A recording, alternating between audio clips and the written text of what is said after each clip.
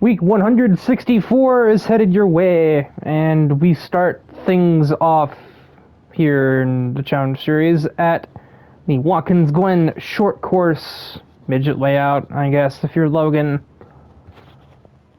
He who must use the most exaggerative terminology. But yeah, it is the short layout of the Glen because it is the 600 class running. So the full circuit is a little long for that class. It is also, like, very early in the morning at the time of the green flag, so headlights will be in order.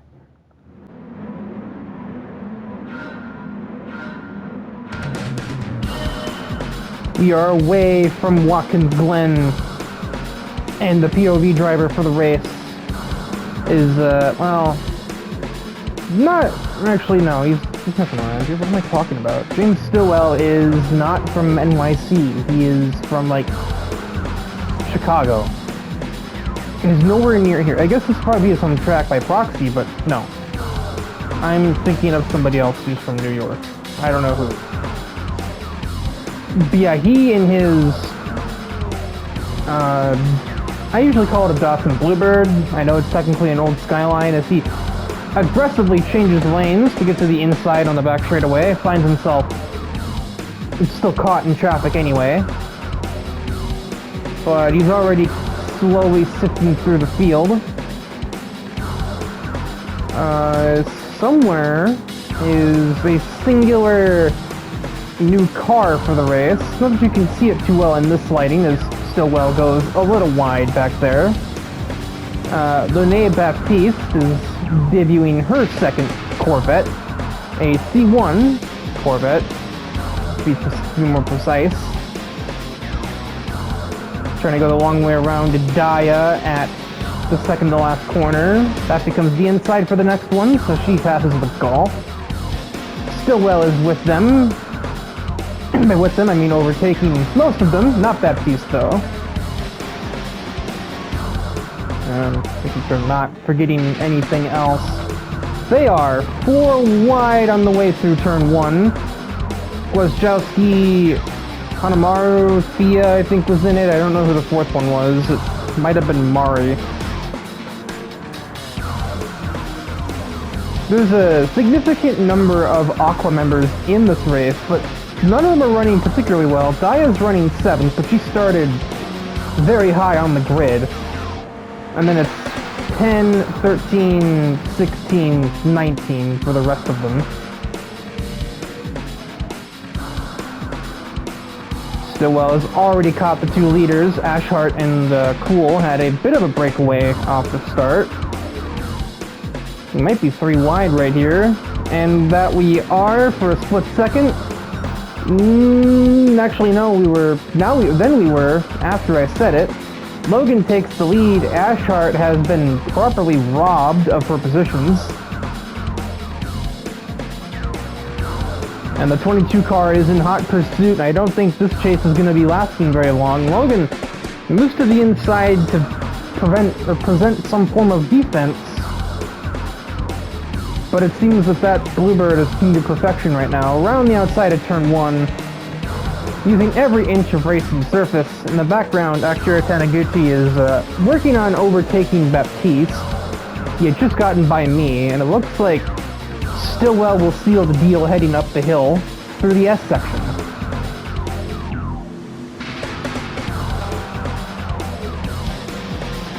Baptiste instead ended up passing Ashhart, and now the 197 vehicle will be trying to repeat that. Ashhart has just simply not had much speed to speak of.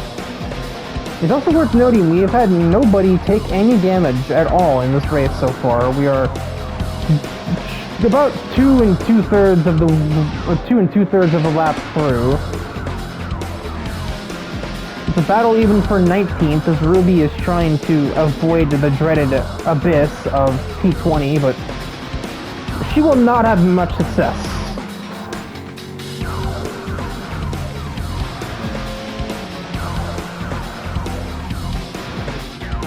I was next in line to try and claim my position over the 56 car. but I don't really have the top speed for it, even in SS14.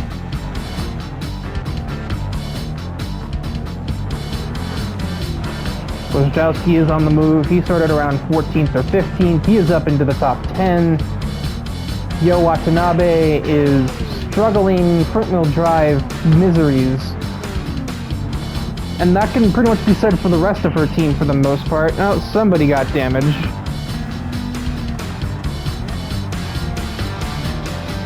Hanamaru kind of twitched under the brakes there. Alice Carson not prepared in the EG6.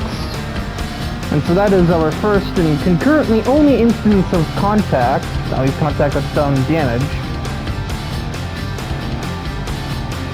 And we're already kind of seeing, as we get onto the front stretch, just how much that rear damage affects the Lancia Delta, as Mari easily outdrags Hanamaru, and Ruby could have done the same thing, but she backed out of it. But Hanamaru, I think he's letting Ruby by at that point. And she'll be inside for the carousel, so that should be just about done right there. Yeah, literally, effectively, contact between the two drivers now fighting for 19th, so not exactly a great look. Ashhart kept me behind for long enough that McIntosh had caught up in the Charger, and there's not really much doubt in my mind that his vehicle does have the top speed to make overtakes. So I start getting a little pushy on the brakes, but even that's not enough. Ashhart finally decided to stand her ground and waited until she'd lost 4 places to do so, much to my utter dismay. And Stillwell is basically unchallenged at the race lead. Logan is keeping pace, but he doesn't seem to have anything to throw at the lead car at the moment. And it will remain that way as a start of lap 6, although Taniguchi had a really bad lap 5, which allowed most of us to catch up to him, including Ashhart herself. A 15.15 from Eric put him right on my tailpipe, and Tyler got ahead of me on the back straight, so... well, not the back straight, the final straight before the last 2 corners. He did. So now he is putting pressure on both Taniguchi and Ashhart. Ashhart, who had made the move too wide through the bus stop. That is tricky business, but I reckon I trust these two more than the average bears. Akira managed to reclaim his 4th position after Amber had tried to swipe it from him at turn 1. McIntosh could have a run here into the last 2 corners. I know Eric certainly had a run on me. 2 by 2. Pick an admin dance partner, I suppose, except Logan Cool is up here at the prom by himself, trying desperately to get anywhere near James Stillwell, but there is just no catching that guy right now. The battle for 5th continues. McIntosh should have it here on the way through 1. And there he goes. And Eric also got me heading towards the second to last turn, so... running out of opportunities. Maybe Eric might have a last second opinion here. You should have a strong run out of the S's in the Mondial. Does he feel like going for it? It looks like yes. 150 miles an hour in the 600 class is no simple feat, I'll say that much. He wanted a crossover, couldn't get the car to rotate through the bus stop.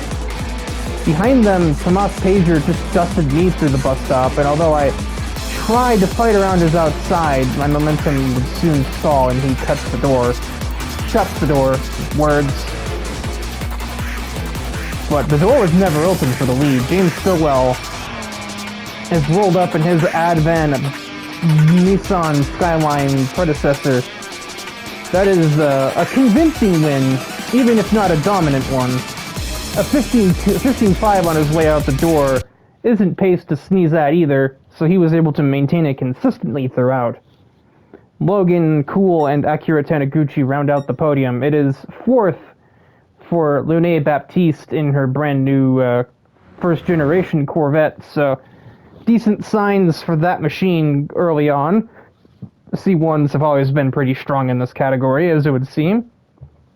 If you ignore the last time we saw a C1 Corvette race here at Watkins Glen, when it got the business end of the pit entrance, courtesy of a crash caused by silica. But that is neither here nor there. Tomas Pager, even while passing me, improved the lap time record. Oh no, that was the previous lap. Never mind. I'm maybe stupid. But still, he leaves with the fastest lap of the race. But ultimately, that doesn't matter.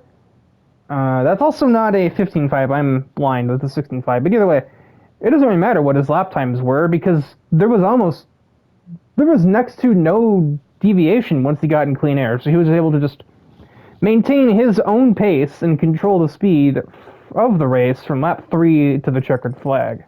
We jump nation borders and head up to Montreal once again. This track has very quickly become a consistent fixture on the Challenge Series docket, and if the scheduling goes the way we want it to, that's going to remain that way. It has maybe slightly hurt this island that they've kind of had to keep the roads closed more often for keeping the racetrack running, but they don't seem to mind, surprisingly, so screw it, I guess. 715 class taking on the Circuit Gilles Villeneuve. I swear that word sounds weirder every time I say it. I cannot stand French language. No offense to the guy, but your language is kind of a pain in my tongue.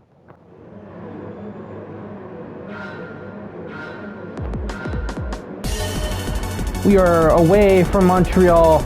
A pair of Corvettes on the front row and a pair of Corvettes in the last row, in a race that's actually got a lot of Corvettes on the track, including one brand new one. Nilu, I guess using Nitro Knights surprisingly. There's actually a Nitro Knights 1-2 in the starting grid as well, and Nilu is going to pull away with the lead from technically second on the grid. But a flashy red Corvette, which I guess is for some reason evocative of Dale Earnhardt Jr. It's an interesting call for Nilu, of all people. I could see that from somebody like Russell Wagner or Satoshi Rollins, or hell, even I can imagine Logan making a car that looks like that, but Nilu in some rip-off Budweiser machine, harkening back to Dale Jr.'s like early to mid-2000s, is certainly a call. But it seems to be working. She's in the lead, and she's got a little bit of a gap as her team owner, Barbara, has been flooded. Really ironic. Barbara has her own water powers, but rain has gotten the best of her into the hairpin.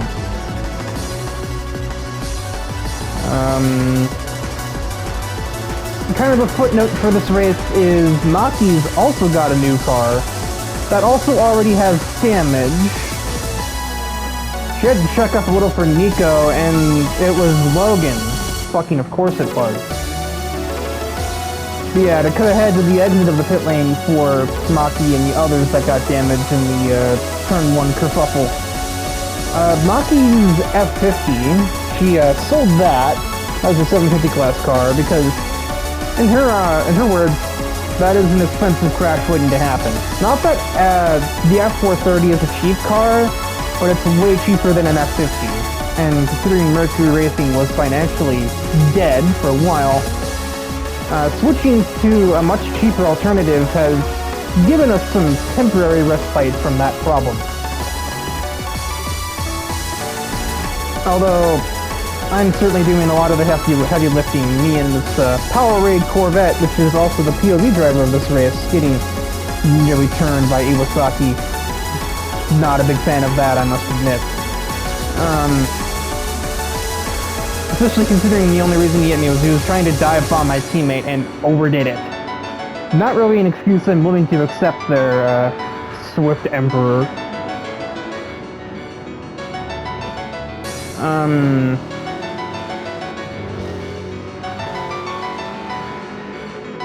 But yeah,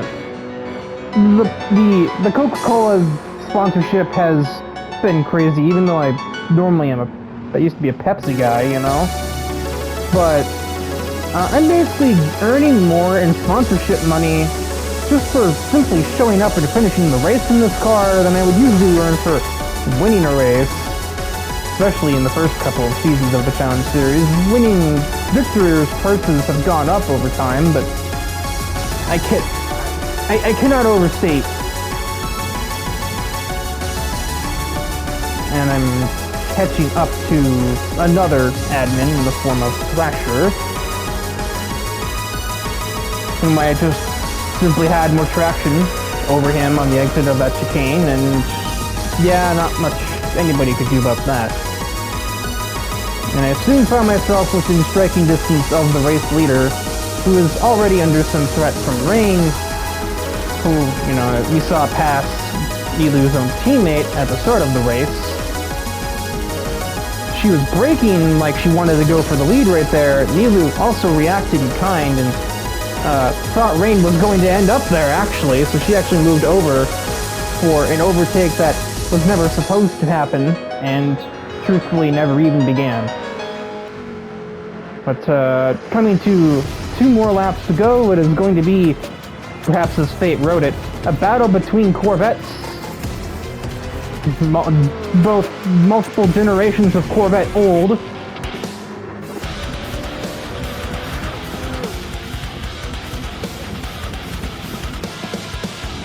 Barbara nowhere near close enough to join the battle and make it a three-generational battle of the Corvette machines. Instead, she's actually got bigger fish to fry with Honoka right on her tail. Nico also not too far away in the Viper. You see me going around the outside, or trying anyway, but that door was promptly shut in my face. It was the fact that she also tried to do the same thing on the way out of the chicane that I had a little bit more to say about. I head down to the next chicane, but I don't really fancy my chances at this chicane very often. I was struggling to get it stopped there, and I just assumed, well, if I try to pass her here, there's going to be at least one wrecked Corvette. I don't want to be that guy, you know? Not already. I did not intend that dive, it just happened, and it again startled Nilou, so I was able to get alongside, but I could not get the traction.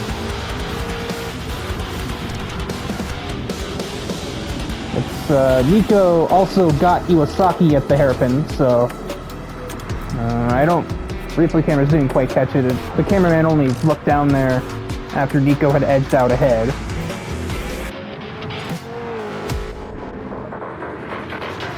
Honoka overtakes Barbara on the back straightaway.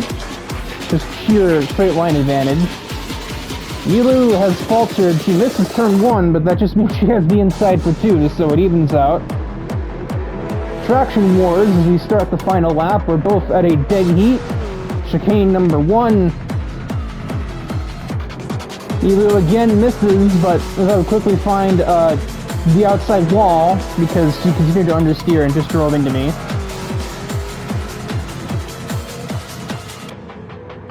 I'm now getting desperate. It is the final lap. I would like to get a win.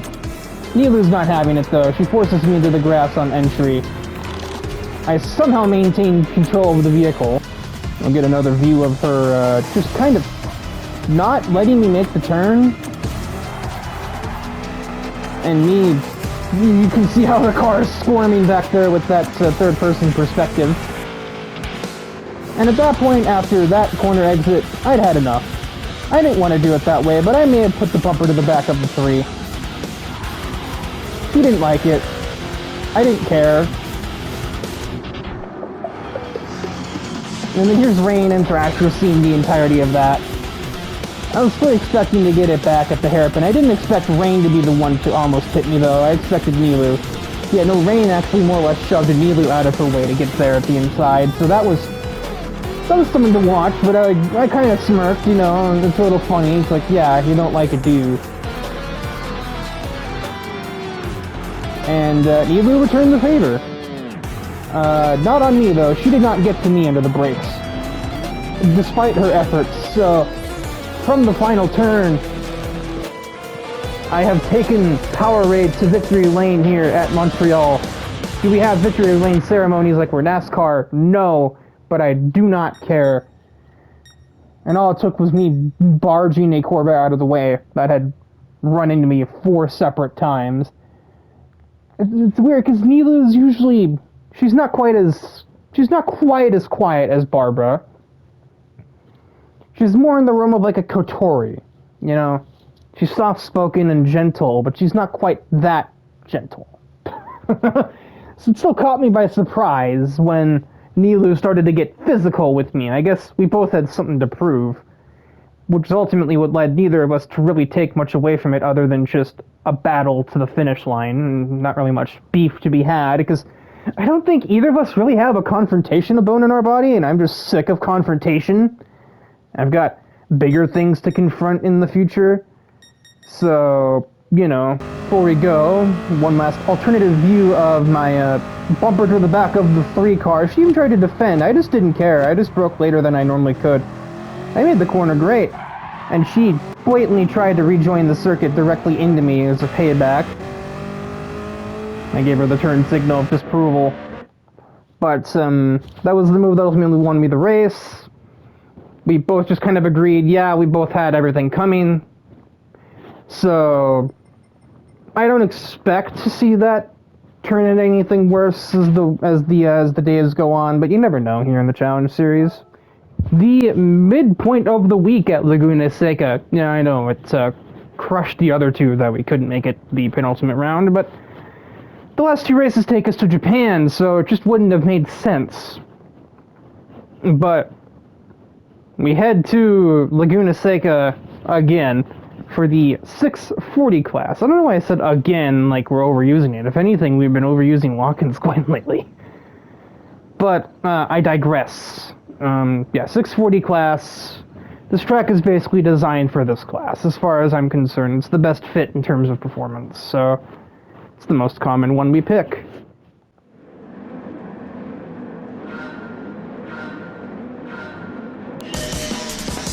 We are away from the Glen. Starting grid gods have rewarded me for my misdeeds at Montreal as I take off from the outside pole and lead us into Andretti Hairpin. Not to say I was exactly comfortable where I was sitting, but nevertheless, somewhere around here, there is the POV driver Yumiya Weisfeld in the E36 M3. And she's not going anywhere at the moment. Paul Milner is debuting his own new vehicle for this race. A very, very flamboyant C3 Stingray with front end damage already. He barges his way past Amber Ashhart. The start of the race behind me was a little bit of a clusterfuck. I was very glad not to have to be a part of it, and Paul Milner just added to the chaos by running directly into the back of Ashhart at turn 1.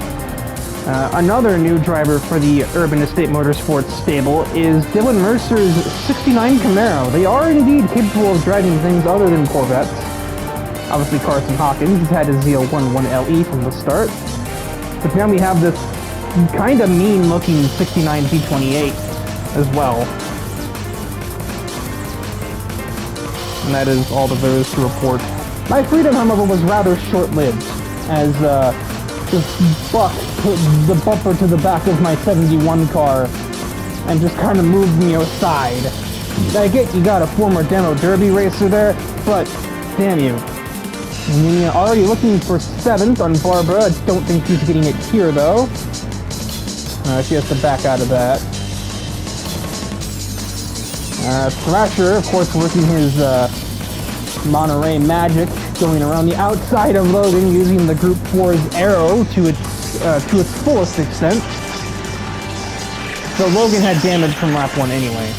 And we'll see how Logan Cool took that damage. Just Tutski-walkie. Did not have any confidence through the kink. And that's how Thrasher even got alongside him in the first place. And the fact that Logan chose to battle Thrasher into the following corkscrew is just kind of a little bit nuts. So what I thought was Thrasher going around the outside was actually Logan going down the inside at the corner after the corkscrew, and Thrasher just, He actually tries to barge Thrasher out of the way. I wonder if he was trying to get to Waki or something and give her a piece of his mind. Who knows? The Chaos puts Yumiya into the top 5 and Thrasher onto the podium behind me. As soon as I saw those Mustang headlights in my review, I kind of had a feeling that I wasn't going to be able to do much to keep him back. But Downforce Kid is just way too strong at a low-speed circuit like this. That's probably part of the idea. It's probably why he runs this car. It's the only way you can get a Mustang to turn properly. It still isn't enough to keep Yumiya at bay, as she is flying down the back straightaway at the moment. We were almost 3 wide there, but I made some defensive maneuvers to avoid that probable catastrophe.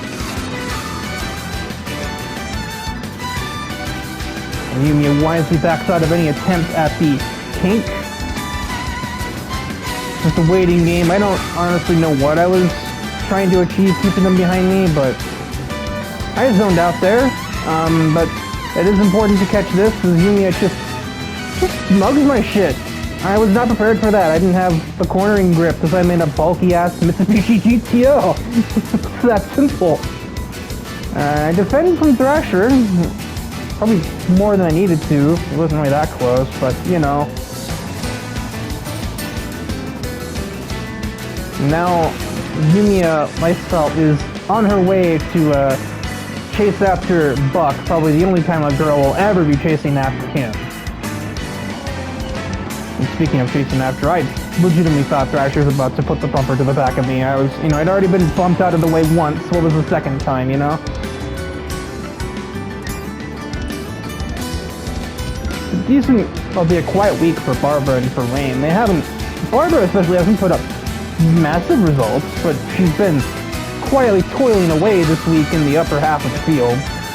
Rain ran very well at Montreal. I'm trying to remember if she ran... No, I do not believe she ran Walk and Slim. And Barbara obviously couldn't, because her C1 is ancient history. And while I was yapping about that, Buck takes a very slow kink. Yumiya absolutely chucks that E36 through there. And that is a new race leader right before the halfway mark of the race. See if Buck tries to respond at the corkscrew. No.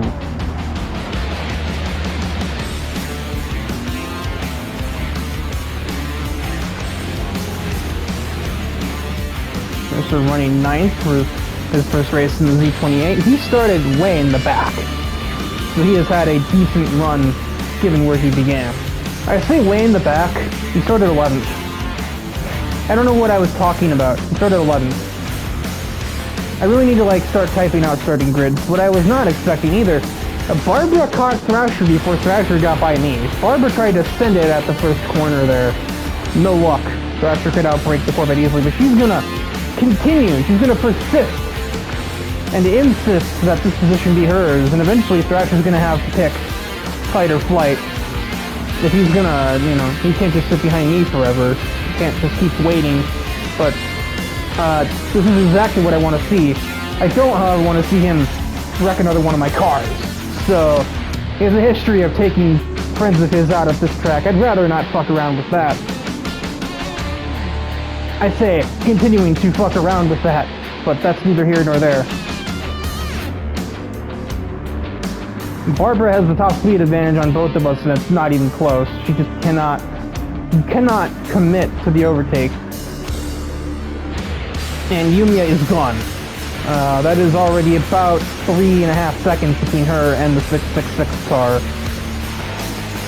I'm fighting for my life at a track I'm not actually a particularly big fan of, but my desperation has improved my own pace to the extent that I have managed to catch Buck once again, just as I'm attempting to run for my damn life. Yeah, run for my damn life into one of the most dangerous people on the track, who somehow remains just docile enough not to get himself expelled from the series. I don't know what the hell I was saying just there. Well, I was yapping about my own, mortal peril. I did notice on the leaderboard that Bernice and Rain had damage, and it's again just people taking really slow kinks and the cars behind them not expecting that. The end result of that is Dylan Mercer is going to move up 6th on debut. Well, on debut in the Camaro anyway, his first time in that car. Barbara once again tried the same thing into turn 1. Thrasher once again tested her mettle, and the C3 could not get on the brakes late enough to make the pass. She's going to again chuck it down the inside of 2. I'm seeing a pattern here. I don't think this is going to work for you, Barbara. You really might want to change around some tactics there.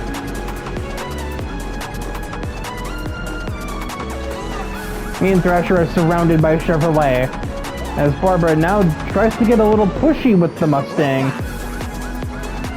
Either that or she missed her braking point. Either way, she is alongside massively, but just doesn't have the cornering grip to do what that Mustang does, and instead Thrasher is going to get on with it. He's going to turn defense into offense and get ahead of me for a second. I again brake desperately despite knowing the risks. And then I understeer on exit, which would eventually seal my doom as Thrasher's able to use that aero kit once more to finally finish the move on me. I'm just surprised that made him take that long. So now Barbara is now in Barbara's sights instead of Thrasher being there. And Mercer is also a vague concern. Both cars going to have a lot more speed than me in a straight line, which Barbara is very keen to demonstrate, but she doesn't have the grip to take that uphill kink flat, which was weird to look at. She just jams on the brakes on a straightaway because she doesn't have mechanical grip in a car that's, 60-something years old, but 60, like 55. But she does eventually get me out of 2, and now I have a Camaro to deal with.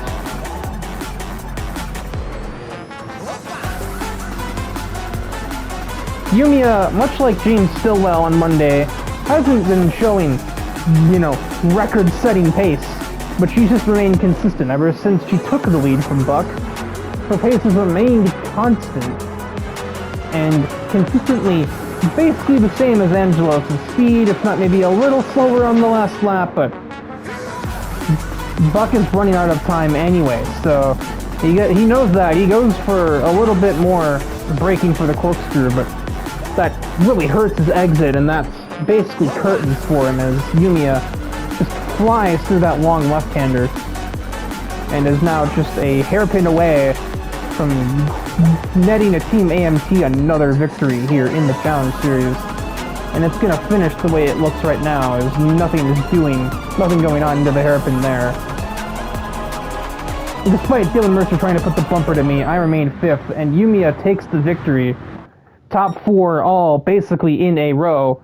Yumiya, Buck, Thrasher, Barbara, and I will survive the Dylan Mercer intimidation to round out your top 5. But Mercer climbing from 11th to 6th, mostly off of attrition, mind you, in the Camaro. He actually hit me at the last turn and damaged his own vehicle, but I guess the Mitsubishi GTO is just built different because it just shrugged that off. It didn't care. But Yumiya in the E36 wins. There's another debuting car, and obviously there's not very much you could do from Milner's perspective. Once he ran into the back of Ashhart on lap 1, it was just kind of death from there. But victory to Team AMT, no contact between her and any member of Demon Sports. She had to pass on the way, so maybe that beef has indeed just disappeared with time. Thursday takes us to Japan. We will stay here for the remainder of the week. No European races in the week 164, but I assure you we will be making that up next week. For now, though, Tokyo's south counterclockwise. No, clockwise. Counterclockwise is the Gemini layout. This is the Death Chicane layout. Or is the one in... No, there's like 3 Death Chicanes. Anyway, that's why I call the one at the Dragon Trail the Harbor Chicane. This is the Death Chicane. Even if it's actually less deadly, it's just more inconvenient. Anyway, 525 class racing here. Maybe a bit of a stretch on length, but it is still a 4-lap race, so you're just going to have more straight line speed than is usually expected from this class of racing.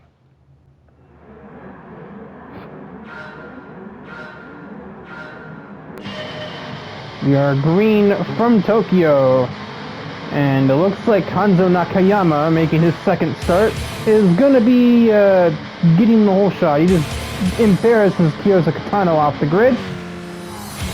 It doesn't quite get Hanamaru to turn 1 though, as the chaotic bunch of vehicles head down to 1. Somewhere in this mess is Yukiko Takuchi, the POV driver in the Suzuki Cappuccino. Lightest car in the series, I do believe. Not even 3/4 of a ton. That's even with the driver sitting in it. Up 12th, maybe 11th, as she makes her way through the early race traffic jam. Hanzo is into the lead in the Honda Fit. Somewhere, there we go, there is the singular new driver in this race. And I believe no, there's one in the roulette race that's new. But for this race, we have Hara Miyazaki in a Honda N1 RS. Although it's actually not an RS, it's pretty stock standard there. Not quite the racing trim design that you have on Pepper Modesto or Haru Urawa as examples of the same vehicle. Case in point. No side skirts that stretch all the way to the ground because this is effectively just Miyazaki's commuter car, so it's more engine upgrades done to it.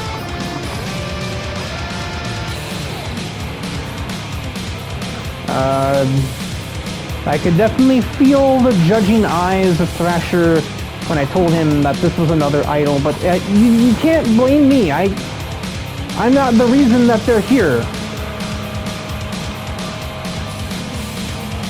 Rapid progress for the 62 of Takuchi, though. He's already in the second place at the end of just a single lap of racing. This race, at least early on, is going much better for Aqua. They are running 12, 14. But they have at least a couple of cars at the front, which they could not say at all at Watkins Glen. The Suzuki Cappuccino in hot pursuit of that Honda Fit. Definitely helps that we turned the 525 class. You know, when we kind of unofficially called it the Sunday class, or the Sunday Cup class, take your pick, even though it's not actually what contests the Sunday Cup, because that's the 600 class. As you just watch Yukiko take the lead from Hanzo on the exit of the Kandabashi S's there.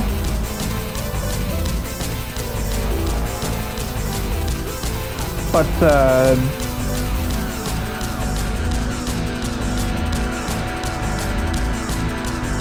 yeah, when we kind of tried to pivot the promotion of the series to kind of entry-level in a way, you know, cheaper vehicles like K-cars and K-trucks running, Miatas, ignore the Sports 800 there. It really boosted the attendance of this category and added some new drivers to the series full stop as well, like Nakayama. Sun Lao is also in this race, making his way up the field at a pretty significant pace. For reference, he started 11th, he's already up to 5th, we haven't even gotten halfway through the race, so that Miata is continuing to be a weapon in this category, and it is chaos behind him. And we still have the zaniness that we originally pegged the series to have, no doubt about that. We do currently have a 7-car train led by a K-truck, followed by a Honda S660, that thing, a fucking FJ40, a Fiat, a Prius, and then a Honda Beat and a Demia. You got like very, you know, cheap alternative cars like Demios, Beats, a literal Prius, the 2 Hondas, and you just have the absurdity of the FJ40, the K-truck Suzuki Carry, which is for some reason actually fucking rapid with the engine that they threw into that little thing Chica's driving. It has zero livery design or anything. It is just a white K-Truck. It's not even Chica's vehicle. It belongs to her older sister. But they put a motorcycle engine in it with more horsepower, and combine that with how light it is, despite the title of truck, and it's a concern. It is a valid problem in the Challenge Series, and it seems illegal that it is. Rewind again because my brain forgot to talk. I've been zoning out a lot today. I'm not exactly sure why. Nakayama does not have any straight line speed in that hybrid fit, though. They are 3 wide for second place. Hanamaru's gonna take it, and she's gonna bottom out of the apex and hit the wall. She rejoins directly into the path of Sun Lao, damaging the Fiat and the Miata in the process. Curious if they will pit. Hanamaru's gonna miss the next turn, the damage throwing off her handling entirely. Thrasher is somehow able to weave around to that and maybe still hang on to 4th over Sun Lao if he's lucky. So Yo's gonna make off like a bandit. Her teammate Hanamaru almost did the same. I'm curious to see if they will pit now because they are starting the final lap. Hanamaru and Lao may choose to tough out the mild damage to their aerodynamics. These cars are cheaper and more replaceable. Hanamaru is suffering just to survive at the moment. That Fiat has had enough of her handling-wise. The Aqua team have a little bit of work to do if they're going to keep that thing from turning into a pile of scrap. And Noir and Kyoza Kitano and possibly even Miyazaki are in the spot to take advantage if that Fiat has another critical failure. But she's not pitting. She's going to try and get to the finish line with what seems like about 60% of a car. Kitano smacks into her. Miyazaki will take advantage of that situation, get back to 9th.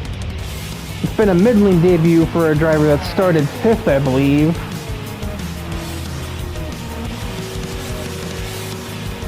Nakayama is once again going to run high early, but his hybrid runs out and he just has no top speed.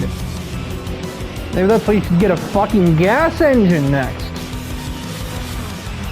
Sun Lao is going to lead this train of 4 to the final set of turns. Yo is safely in 2nd place, which is the best thing that Aqua has had to report all week. But Yukiko Takuchi just breezes through the final chicane. If she does live here, I'm not surprised. She knows her way around these streets. She is going to cruise to a victory, and a convincing one at that. Probably at least 5 seconds ahead of Yo. She will cross the line. The Jimny 2nd. Sun Lao climbs from 11th to 3rd with another strong run here. To follow up his Tsukuba debut, Nakayama will narrowly stay in 5th place after running in 2nd for like more than half the race. And Hanamaru will fall to 8th after her Fiat Panda just simply forgot how to be a vehicle for a minute. And it is a huge train from there back.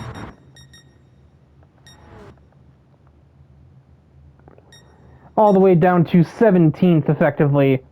Just all right there in a row. These 3 got damage early on. And it is Yukiko Takuchi winning from the expressways of Tokyo. A known street racer, so I'm not really that surprised. I'm more surprised by Watanabe and Lao. Yo just taking advantage of some chaotic situations, somewhat maybe caused by her teammate. And Lao just... that Miata is fast.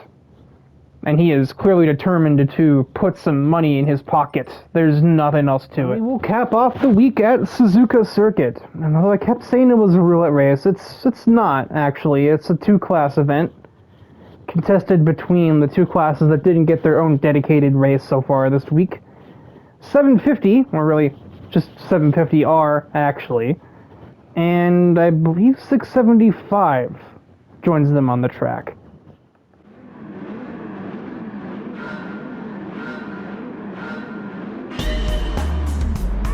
We get going from the Suzuka Circuit, and Silica is the POV driver in a vehicle that should be more than well at home here. A GT500 NSX that is not the racetrack, Akirana. Where are you going? He leaves the racing surface. And I'd be surprised if he's the only one we see doing that. He's not gonna be! The new driver understeers massively into the sand. Unless he got pushed up there, I couldn't tell from the camera angle.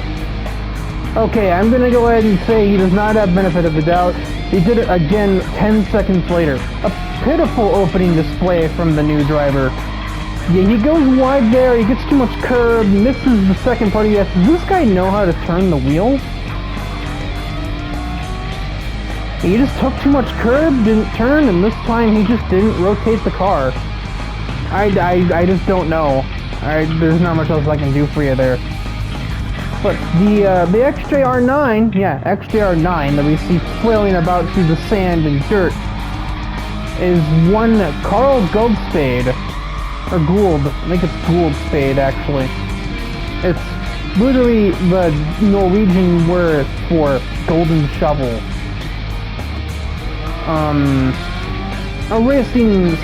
A former pro racer turned journalist who's back to pro racing. Maybe he should have stayed in retirement though, because he now has to try and pick his way through the 675 class. A 9-car field split between the teams of Black Stallion Motorsports, Southern Speed Co, and Demon Sports. Juan Santo leads the way for 750R. Rain and Lightning, Juan's old rival, not too far away. Silica is approaching as well in her NSX. The car is massively having to check up. Somehow did not damage Emmy's GTR LM Nismo there. Despite bumping her twice, the LM cannot maintain competitive cornering speeds, apparently. Especially not at a turn like 130R.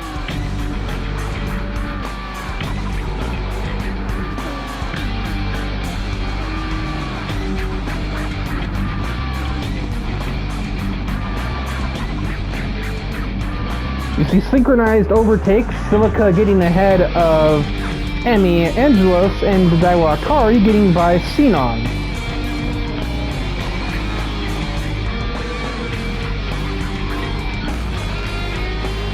Lightning putting the pressure on Rain. Rain, who has once again started all but one race this week. She does not have a 525 class. No, she does. She just didn't show up last week. But they're probably trying to put some touches on the setup of that Sports 800 so it can actually compete. Mayhaps. Around the outside for Silica, that's a decision. Battle of the 2008 Super GP class heading down towards the hairpin. Two cars that were more or less designed for this place, throwing hands. Lightning's gonna survive this skirmish for now, but I don't think Silica is done with him at all. He's gonna try on the left-hand side again. They get on the brakes and Lightning just slams the door in her face. Might get him on exit of the spoon curve though. Might not though, I don't think he really got onto the power soon enough to really finish that off. Bumper to bumper. Silica's gonna go for it, and I think Lightning is gonna try and turn in on her at the apex, which was incredibly clumsy, and Silica was not phased. Lightning sends it, barges Silica out of the way.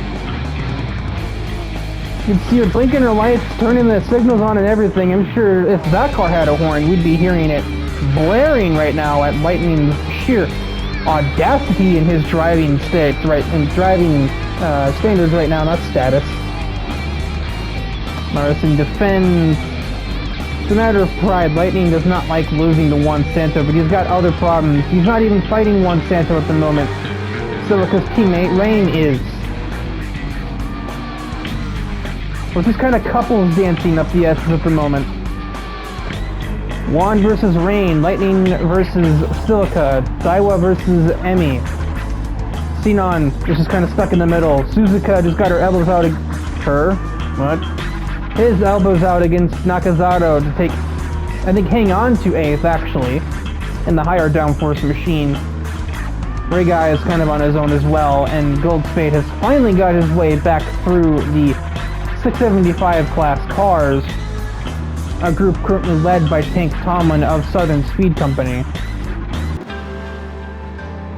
Lightning, I don't know if he either just really missed the exit of the S's or if he just straight up let Silica go. But that is the end of that confrontation between the two Super GT cars, and now finally Silica can take off after the pair of GT1 cars in the TS020 and the CLK. I don't think it'll take her long to get there either.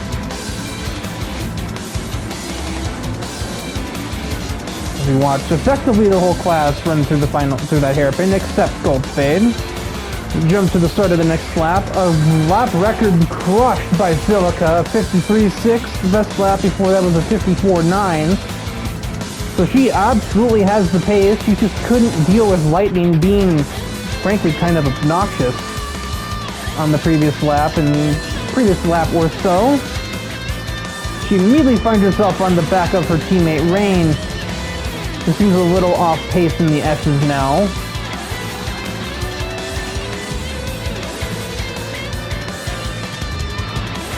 Crossover attack through the S's. Rain does not back out. They might be teammates, so Rain's not acting like it. Silica had to basically force her way ahead of her own teammate to get into second and go and try and take a shot at the race leader of Juan Santo.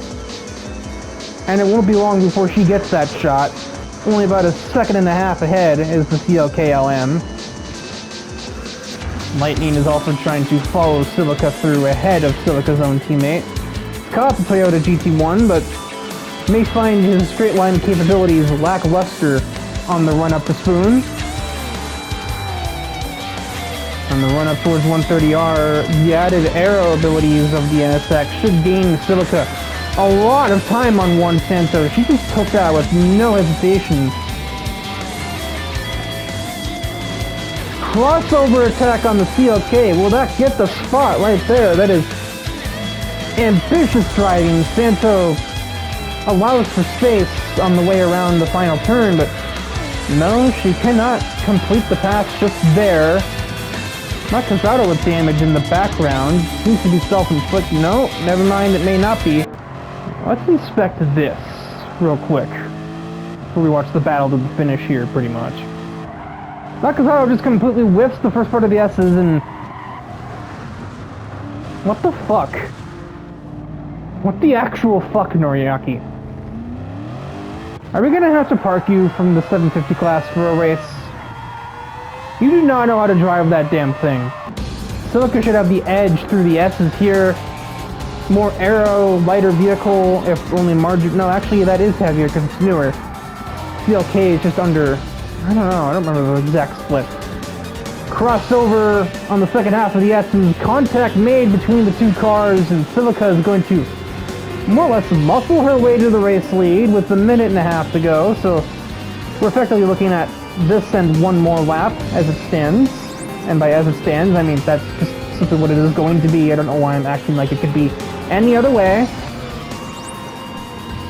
Santo has a lap and a half to clap back at Silica. He thought about it right there. You know, I just think the overall raw pace of the NSX is going to carry Silica to safety if she can survive the run out of Spoon Curve, basically. Santo's right there, more straight line speed on, what is that, 200 or 300R, I think that's called, but it's like a nothing corner in this category. You don't even think about it in a downforce car like any of these. Top four are relatively close, but I don't know if Rain or Larson really have the pace to get up here and challenge these two. You can actually hear the 675 class cars down there. I don't know why I pronounced those words that way. That sounded super fake for me. I'm not an AI, I assure you. White flag for Silica. Juan Santo's right there. Silica's teammate also approaching, having gotten clear of the threat of lightning, and oh boy, that Toyota is rapid in the straight. Nothing special for the 750 class on its own, but for 750R, that is worth mentioning. The 176.